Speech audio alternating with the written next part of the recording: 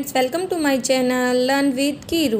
आज हम हमारे सेकंड पार्ट में पढ़ेंगे कि इन्वेस्टमेंट डिसीजन क्यों ज़रूरी होते हैं। मतलब जब हम इन्वेस्टमेंट करते हैं तो उससे क्या फ़ायदा होता है, हम क्यों करते हैं वो। ठीक है, तो देखो, planning for retirement, increasing rate of taxation, high interest rate, high rate of inflation और लार्जर इनकम। ये हमें 5 पॉइंट दिए गए हैं। अब हम इनको डिटेल में समझेंगे। देखो, प्लानिंग फॉर रिटायरमेंट, आज आप जॉब कर रहे हो, एक एज के बाद हम रिटायर हो जाते हैं, लाइक 60 से 65 तक हो जाते हैं। तो उस टाइम पर कोई भी रिटायरमेंट एज में क्या चाहता है, कोई भी इंसान, मेरे को रेगुलर इनकम मिले जिसका मैं यूज कर सकूँ अपनी रिटायरमेंट के बाद। तो क्या करते हैं लोग, जो उन्होंने सेव किया है कमाते कमाते, वो उसको इन्वेस्टमेंट करना पसंद करते हैं ताकि जो बाद में उसे एक रेगुलर इनकम दे। तो कहते हैं इन्वेस्टमेंट डिसीजन उन लोगों के लिए ज़रूरी हो जाता है जो रिटायर हो जाते हैं 60 से 65 की उम्र में। ठीक है, क्योंकि इससे क्या हो जाता है कि उन्हें ना रेगुलर इनकम मिलती है। जो सेविंग है उनके पास वो किसी काम की नहीं है। अगर मतलब देखो, आप अपने घर पे पैसा रख रहे हो, ठीक है, इमरजेंसी में यूज़ कर सकते, लेकिन क्या उससे कोई इनकम जनरेट हो रही है, कोई फ़ायदा हो रहा है? नहीं। तो इसीलिए कह रहा है कि जब हम जो भी हम रिटायरमेंट वाले पर्सन होते हैं, अगर वो अपनी सेविंग को इन्वेस्ट करते हैं, प्रिंसिपल के साथ साथ वो कुछ इनकम भी कमा लेते हैं जो उनके रिटायरमेंट ईयर में काम आती है। इंक्रीजिंग रेट ऑफ टैक्सेशन, आज के टाइम में जो टैक्स रेट है ना वो इतनी ज़्यादा मतलब बढ़ती जा रही है, और जो टैक्स होता है वो बहुत ज़्यादा इंपॉर्टेंट फैक्टर होता है हमारे देश का। तो लेकिन क्या होता है, कुछ ऐसी इन्वेस्टमेंट होती है जब जिनमें हम इन्वेस्ट करते हैं तो हमें टैक्स से छूट मिल जाती है। ठीक है, जैसे लाइफ इंश्योरेंस है। हाई इंटरेस्ट रेट, कहता है कि कुछ ऐसी इन्वेस्टमेंट्स होती हैं जो हमें ना बहुत अच्छा रिटर्न देती है। तो ये भी कारण है कि लोग इन्वेस्टमेंट करने के लिए अट्रैक्ट होते हैं। वो चाहते हैं कि हम इन्वेस्ट करें, अच्छा रिटर्न कमाएं, कम से कम रिस्क में।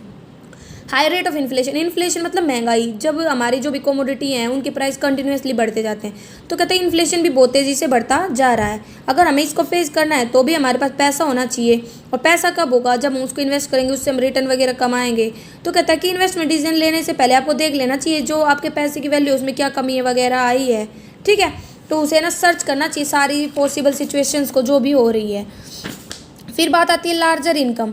कहते हैं investment decision has assumed importance due to general increase in employment opportunity. देखो, कहता है कि इन लार्जर इनकम का मतलब ये देखा है कि जैसे इन्वेस्टमेंट डिसीजन इसलिए भी इंपॉर्टेंट हो गया है क्योंकि देखो, हर किसी को एम्प्लॉयमेंट मिल रहा है, इससे क्या हो रहा है, उनकी इनकम हो रही है। अब इनकम होगी तो वो बचाएंगे, और बचाएंगे तो सेविंग को अगर हम कहीं अच्छी जगह इन्वेस्ट करेंगे तो हमें इनकम मिलेगी। तो इसलिए भी इन्वेस्टमेंट का जो रोल है, इन्वेस्टमेंट का जो मतलब एक टाइप से कहते हैं इंपॉर्टेंस, वो बढ़ती जा रही है। अब आती है हमारी बेसिक गाइडलाइंस कि इन्वेस्टमेंट डिसीजन लेने से पहले क्या क्या ज़रूरी चीज़ें हैं जो हमें ध्यान में रखनी चाहिए। पहला तो वही है, एक तो अच्छा साउंड इन्वेस्टमेंट डिसीजन लेना चाहिए, बल्कि और हमें ना उसकी अच्छी नॉलेज वगैरह होनी चाहिए। क्योंकि अगर आप ऐसे इन्वेस्टमेंट करने लगे लेकिन आपको कंपनी वगैरह के शेयर्स वगैरह की अच्छी नॉलेज नहीं है तो आपके पैसे तो डूब जाएंगे। क्योंकि आप तो ऐसे इन्वेस्ट कर दो, कभी क्या पता आपको कंपनी अच्छी है नहीं बुरी है क्या, वो हमें पता नहीं होगा। तो पहला, इन्वेस्टमेंट विद ए पर्पज़। आपने पैसे लगा दिए, इसका मतलब ये नहीं कि आप इन्वेस्ट कर रहे हो, आपका वो गोल है हाँ भाई रिटर्न कमाना, नहीं। हर किसी इंसान का एक गोल होना बहुत ज़रूरी होता है कि वो किस पर्पज़ से कर रहा है। भाई मेरे को रेगुलर इनकम चाहिए रिटायरमेंट के टाइम पर, या मेरे को टैक्स से छूट चाहिए, या मेरे को इन्फ्लेशन में कमी करनी है, क्या पर्पज़ है वो क्लियर होना चाहिए। दूसरा है डिटरमाइन योर रिस्क टॉलरेंस। देखो, हमें पता है रिस्क और रिटर्न साथ साथ चलते, ये हमारे दो एट्रीब्यूट्स हैं। कोई भी इन्वेस्टमेंट बिना रिस्क के तो हो ही नहीं सकती। तो हर पर्सन को ये क्लियर करना चाहिए कि मैं कितने टाइम पीरियड तक इन्वेस्ट कर सकता हूँ, कितना रिस्क मैं वहन कर सकता हूँ। तो परचेजिंग पावर रिस्क और मनी रेट रिस्क, ये दोनों उसके क्लियर होने चाहिए। फिर नो योर टाइम फ्रेम। ठीक है, टाइम फ्रेम मतलब कि मैं कितने टाइम तक लगा सकता हूँ। जैसे मैं मेरे फंड्स को 5 साल तक, 10 साल तक रिस्की इन्वेस्ट, मतलब जो भी रिस्की एसेट्स वगैरह होती हैं वहाँ पे, तो हमें हमारे टाइम फ्रेम क्लियर होना चाहिए हर इन्वेस्टर का कि मैं कितने टाइम तक। क्योंकि कुछ इन्वेस्टर ऐसे होते हैं जो बहुत कम रिस्क लेना पसंद करते हैं और वो शॉर्ट पीरियड के लिए इन्वेस्ट करते हैं, like as 2 month, 3 month, 1 year. लेकिन जो इन्वेस्टर अच्छा रिटर्न चाहते हैं वो इसको लंबे पीरियड तक इन्वेस्ट करना पसंद करते हैं। डाइवर्सिफाई, ये हम पहले भी पढ़ चुके हैं। डाइवर्सिफाई का मतलब होता है एक जगह अपनी सारे पैसे नहीं लगाने चाहिए, हमें उन्हें अलग अलग सिक्योरिटीज़ में अलग अलग जगह पे इन्वेस्ट करना चाहिए। जैसे कभी कुछ हमने डिपॉजिट्स कर दी बैंक में, कुछ हमने पोस्ट ऑफिस में, कुछ हमने लाइफ इंश्योरेंस वगैरह खरीद लिया, ये सब। रीबैलेंस रेगुलरली, जैसे आज आपने ना 65% स्टॉक खरीदा, फ्यूचर में चल के वो 70% हो गया, तो 5% बेच के और 65% दोबारा से कर लो। मतलब रीबैलेंस हमेशा मेंटेन करते रहो अपनी जो भी इन्वेस्टमेंट है उसमें। Avoid investment with big promises, जो आप पूरा नहीं कर सकते ना वो प्रॉमिस कभी मत करो। कई बार हम ऐसे होते हैं ना, बहुत खुश होते हैं तो प्रॉमिस करते, कई बार गुस्से में हम कोई ऐसे डिसीजन ले लेते हैं जो हमारे लिए हानिकारक होते हैं। तो ऐसे कोई भी डिसीजन, ऐसे कोई भी प्रोमिस जो आपको हानि पहुंचा सकते हैं, जिनको आप पूरा नहीं कर सकते फ्यूचर में, वो हमें कभी भी नहीं करनी चाहिए। Review your portfolio regularly. Portfolio क्या होता है कि भाई आप जो भी इन्वेस्टमेंट कर रहे हो अलग अलग जगह पे डाइवर्सिफाई करके अलग मतलब अलग अलग सिक्योरिटीज़ में, उसको रिव्यू करते रहो। मतलब ये देखते रहो कि इसमें क्या क्या चेंजमेंट करने की ज़रूरत है, कहाँ से ज़्यादा इनकम हो सकती है, कहाँ से मेरे को लॉस हो रहा है, वो सब। Start saving early and save regularly. कुछ लोग ऐसे सोचते हैं अभी तो मेरी एज ही क्या है, फ्यूचर में बचा लूँगा। नहीं, लोगों को ना टाइम से बचाना चाहिए, जितना हम बचा पाए बचाओ, उसको सेव करो, क्योंकि वो हमें एक इनकम ही जनरेट करके दे रहा है जो लॉन्ग रन में हमारी बहुत ज़्यादा हेल्प करेगी, एक टाइम से कहे तो रिटायरमेंट एज के टाइम पर, क्योंकि फ्यूचर अनसर्टेन है, कभी नहीं पता किसी को भी कब क्या हो जाए।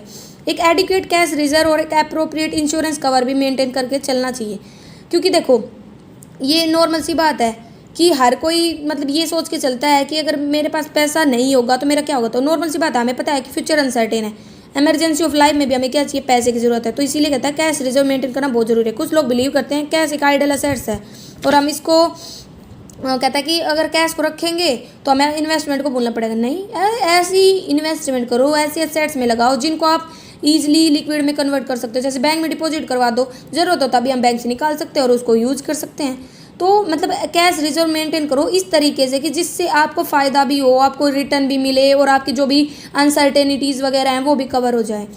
फिर बात आता है give priority to residential house. Residential क्या होता है, जिसमें हम रह रहे हैं, इस हाउस को हमें मतलब प्रियोरिटी देने का मतलब ये दे रखा है कि हमें एक रेजिडेंशियल हाउस के ऊपर भी इन्वेस्टमेंट करनी चाहिए।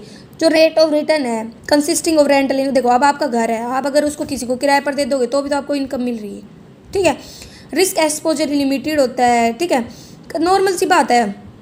जैसे जो भी हमारे रेजिडेंशियल हाउस वगैरह हैं वो हमें ना टैक्स से भी छूट देते हैं। अब आपने पढ़ा होगा इनकम टैक्स में, जब हम किसी घर को बनाते हैं, खरीदते हैं या कुछ भी, और उसमें हम खुद रहते हैं तो उसके ऊपर टैक्स क्या होता है, हमारा जीरो होता है, नील होता है, ठीक है। तो बहुत सारे पर्पज़ होते हैं, इसीलिए कह रखा है हमें ना रेजिडेंशियल हाउस में भी इन्वेस्टमेंट को प्रायोरिटी वगैरह देनी चाहिए, ठीक है, जिससे हमें सर्टिफिकेशन मिले।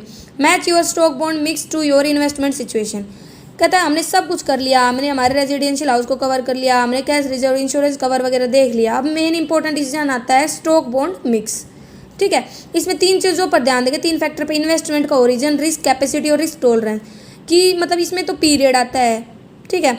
रिस्क कैपेसिटी में आता है कि मतलब कितने इन्वेस्टमेंट लॉसेज को हम फेस कर सकते हैं, और रिस्क टॉलरेंस वो ये कितना हम एक्सेप्ट कर सकते हैं, विलिंगनेस क्या है हमारी किसी भी एक एक्सपेक्टेड रिटर्न के बदले रिस्क को सहन करने की। फिर इसकी कुछ गाइडलाइंस भी हैं, ठीक है।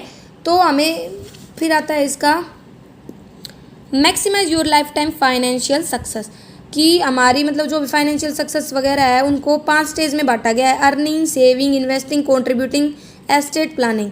अगर कहता है कि तुम आप मतलब अपनी इन्वेस्टमेंट को मैक्सिमाइज करना चाहते हो, मतलब अपने रिटर्न वगैरह को मैक्सिमाइज करना चाहते हो, तो जितनी भी अपॉर्चुनिटी अवेलेबल उनका फ़ायदा उठाना चाहते हो, तो क्या करना चाहिए, हमें बैलेंस एस्टेब्लिश करना चाहिए। जो भी हमारी रिसोर्सेज वगैरह हैं जहाँ पे हम लगा रहे हैं, तो इसने बता रखा है कि मतलब जो भी हमारा स्ट्रेस मतलब सक्सेस है, फाइनेंशियल सक्सेस, उसको बढ़ाने के लिए हमें इन सभी चीज़ों पर ध्यान देना चाहिए। अर्निंग कितनी है, कितना हम बचा रहे हैं, कितना हम इन्वेस्ट कर रहे हैं, कितना हम कंट्रीब्यूट कर रहे हैं अलग अलग, और क्या प्लानिंग है हमारी फ्यूचर के लिए। ये गाइडलाइंस बहुत ज़्यादा इंपॉर्टेंट हो जाती हैं। ये हमारी थी बेसिक गाइडलाइन जो एक इन्वेस्टर को ध्यान में रखनी चाहिए जब भी वो इन्वेस्टमेंट करता है। आगे हम अलग अलग चीज़ों के लिए, जैसे शेयर के टाइम पे क्या, डिवेंचर के टाइम पे क्या, वो सब। Thank you, like, subscribe and share. थोड़ा थोड़ा कभी कभी ब्लर हो जाता है, तो आप इसकी क्वालिटी को इंक्रीज़ करके फिर देख लिया करो, और कोई भी डाउट हो तो कमेंट करके पूछ सकते हो।